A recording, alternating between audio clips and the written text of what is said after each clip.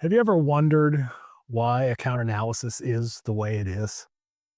Every month is a complete scramble to get the statements out, leaving errors and revenue on the table. It's just a complete lack of imagination for how it could be any different. We think it's always been done this way, and it has.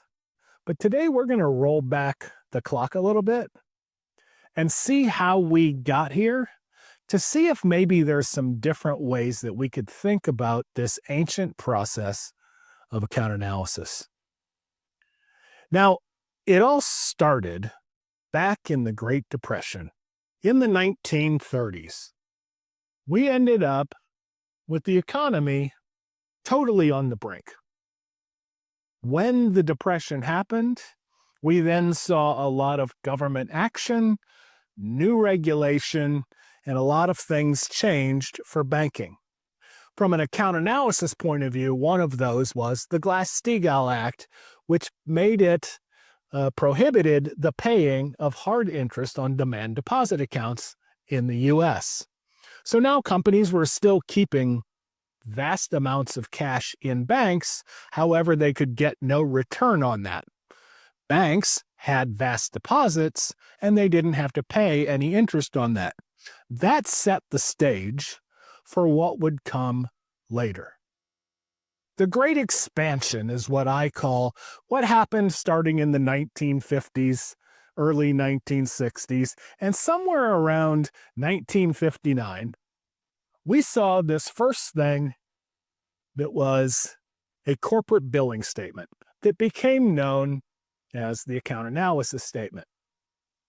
Because as technology advanced in banking and things became more automated and faster, and cash was replaced by checks and checks by electronic payments, all of a sudden we saw banks looking at themselves not just as the buyers and sellers of money, but as service providers. And as service providers, they came up with charges for the services they paid. Well, what that ended up causing with their large corporate treasury customers is a revolution. Customers said, look, you're keeping millions in my balances and paying me for no earnings, no interest on them, and you're charging me for fees? That doesn't seem fair. So at this time, the banks invented this thing we call earnings credit, a complete soft interest that can only be used to pay for services, since paying hard interest isn't allowed. For the next 60 plus years, things remained relatively unchanged. Sure, services got faster. Everything got faster in banking. And still, we got the same account analysis statement through the same systems at the bank. Then we get to 2008. In 2008, again, we see the economy on the brink with the Great Recession. Once again, having come to the brink, new regulations showed up. Among many of the things that we saw, we got Dodd-Frank.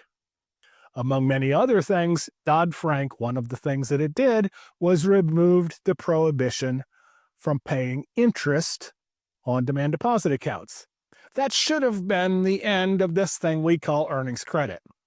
But for a lot of reasons, like the fact that for the next 10 years, the interest rates basically stayed at zero, none of it really mattered a lot, and we stayed with the earnings credit scheme. But it did allow for things that would come later that are now becoming more important, like hybrid interest accounts, the best of both worlds, earnings credit and hard interest. So we continued on through that time after the Great Recession, and then from about 2010 to 2020, we sat in what I'm now calling the Great Reset. What happened in the Great Reset? In that time, banking greatly sped up. Near all transactions are now happening in real time. Everything became modernized in the bank. Bank's very existence came into question as we saw other transaction methods. We saw fintechs coming in that could do things that traditionally were only done by banks, and everything became infinitely faster, except for account analysis. Still 2 weeks after the month do the statements go out, just in time for them to be useless for the customers. Still static, still full of surprises, just nothing that tells us anything modern at all. Why is that? Well, for a lot of reasons, if you think about what's happening in account analysis, there is not a tech stack that's running all of this, but a tech sprawl. Disparate systems disconnected from each other all over the place, and account analysis has to try to bring all of that together, get it to a statement, determine the prices, and put out at least a somewhat accurate statement. What's missing from all of this is visibility into what's going on. And without visibility, we have no capable way of being agile.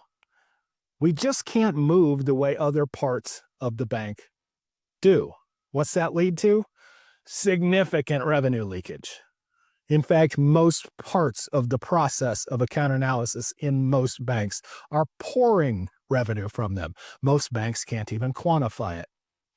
But even more important in some cases is customer satisfaction leakage, because corporate treasury customers just do not like the account analysis they receive from their banks. It gives them no value. The only value it has in their eyes is as a tool to fight with the bank for what you're being charged. I think it's time to change that. So today, in 2025, we're having the Great Reimagination. And here at Zafin, we have changed everything about how account analysis can be done. Account analysis has sat there for decades, for nearly a century. And the entire life cycle needs to be reimagined, from how we acquire customers, how we sell to customers, how we price services, and how we deliver account analysis statements. And Zafin has that solution.